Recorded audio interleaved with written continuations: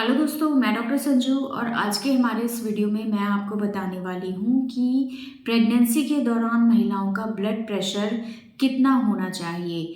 क्योंकि बहुत सी महिलाएं ऐसी होती हैं जिनको पहले ब्लड प्रेशर से रिलेटेड कोई दिक्कतें नहीं होती हैं, लेकिन जैसे जैसे उनकी प्रेगनेंसी का लास्ट ट्राइमेस्टर आने लगता है, यानी कि आखिरी 3 महीनों के दौरान महिलाओं का जो ब्लड प्रेशर है वो धीरे धीरे बढ़ने लग जाता है। और कई बार अगर ये ब्लड प्रेशर नॉर्मल से बहुत ज़्यादा बढ़ जाए तो ऐसे में आपको या आपके होने वाले बच्चे को बहुत सारी प्रॉब्लम हो सकती है और ऐसे में खुद गर्भवती महिला की जान को भी खतरा हो सकता है और कई बार ऐसे में बच्चे की पेट के अंदर ही डेथ भी हो जाती है। इसलिए ब्लड प्रेशर का नॉर्मल होना प्रेगनेंसी के दौरान बहुत ज़्यादा ज़रूरी होता है। तो अब बात करते हैं कि प्रेगनेंसी के दौरान नॉर्मल ब्लड प्रेशर कितना होना चाहिए। तो देखिए, नॉर्मल किसी भी इंसान की अगर हम बात करें तो उसका जो ब्लड प्रेशर है वो 120/80 के आसपास होना ज़रूरी है। और इसमें ऊपर वाला जो ब्लड प्रेशर है वो मिनिमम 90 तक हो सकता है या मैक्सिमम 140 तक भी हो सकता है, ये भी नॉर्मल है। और जो नीचे वाला ब्लड प्रेशर है जिसको कि हम 80 मानते हैं, वो ब्लड प्रेशर कम से कम 60 तक हो सकता है या मैक्सिमम वो अगर 90 तक जा रहा है तो इसको भी हम नॉर्मल मान के चलते हैं। यानी कि अगर हम ब्लड प्रेशर की लोअर लिमिट की बात करें तो 90/60 तक भी हम नॉर्मल मान सकते हैं ब्लड प्रेशर को। और जो मैक्सिमम लिमिट है वो 140/90 तक भी अगर है तो इसको भी हम नॉर्मल मान के चलते हैं। लेकिन अगर ब्लड प्रेशर 140/90 से भी ज़्यादा होने लग जाए तो इसको हम बढ़ा हुआ ब्लड प्रेशर मानते हैं और ये कहीं ना कहीं महिला और उसके होने वाले बच्चे के लिए खतरनाक हो सकता है। तो अगर आपका ब्लड प्रेशर 140/90 से कम रहता है तो आप परेशान बिल्कुल भी ना हो। लेकिन अगर आपका ब्लड प्रेशर धीरे धीरे 140, 90 और धीरे धीरे अगर इससे भी ज़्यादा जाने लगा है तो आपको इस चीज़ के ऊपर ध्यान देना बहुत ज़्यादा ज़रूरी है।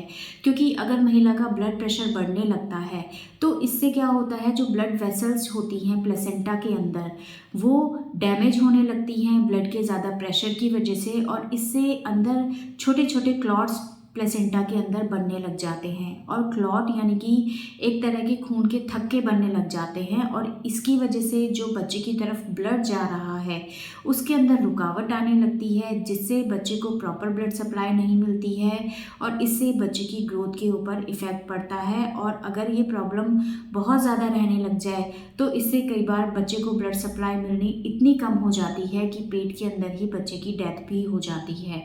और ऐसे ही अगर महिलाओं के शरीर के ऊपर हम बात करें तो अगर ब्लड प्रेशर लगातार बढ़ता चला जाता है तो इससे महिला को चक्कर आने लग जाते हैं, महिला को दौरे आ सकते हैं, दिमाग की नस फट सकती है, ब्लाइंडनेस यानी कि एक तरह से अंधापन उनके अंदर आ सकता है और महिला को हैवी ब्लीडिंग हो सकती है, जिससे कई बार महिला की जान को भी खतरा रह सकता है। तो ये बहुत सारे कॉम्प्लिकेशन हैं जो ब्लड प्रेशर बढ़ने की वजह से महिलाओं को हो सकते हैं। इसलिए अपने ब्लड प्रेशर को प्रेगनेंसी के दौरान मॉनिटर करना महिलाओं के अंदर बहुत ज़्यादा ज़रूरी है।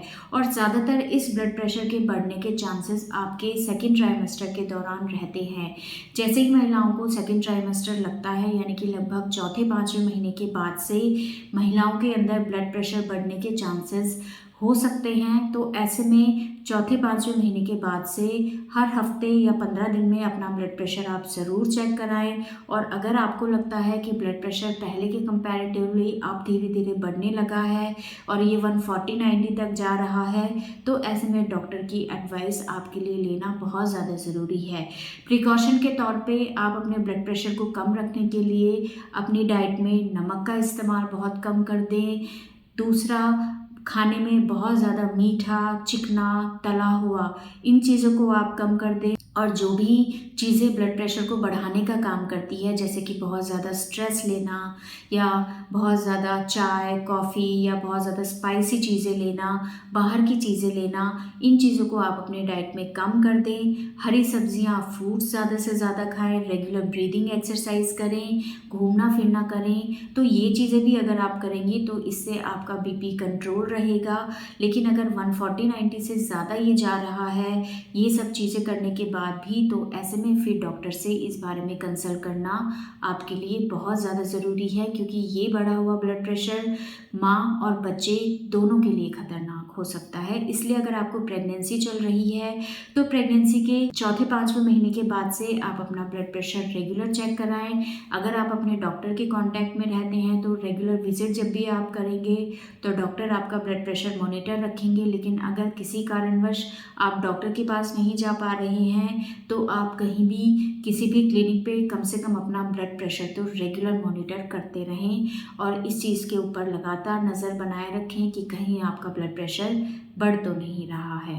तो दोस्तों, इसलिए प्रेगनेंसी के दौरान आपको ये चीज़ जानना बहुत ज़्यादा ज़रूरी है कि महिला का एक नॉर्मल ब्लड प्रेशर प्रेगनेंसी के दौरान कितना होना चाहिए, ताकि अगर किसी भी तरह का बदलाव इस चीज़ में आपको दिखाई दे रहा है तो उस चीज़ के ऊपर आप नज़र रख सकें और टाइम रहते अपने ब्लड प्रेशर को देखते हुए अगर ये बढ़ रहा है तो डॉक्टर से आप तुरंत कंसल्ट कर लें। तो दोस्तों, ये था आज का हमारा वीडियो। अगर इस वीडियो से रिलेटेड आपके और किसी तरह के कोई सवाल हैं जो आप हमसे पूछना चाहते हैं तो आप हमें कमेंट कर सकते हैं और हमारे आने वाले वीडियोस को देखने के लिए हमारे इस चैनल को सब्सक्राइब ज़रूर करें।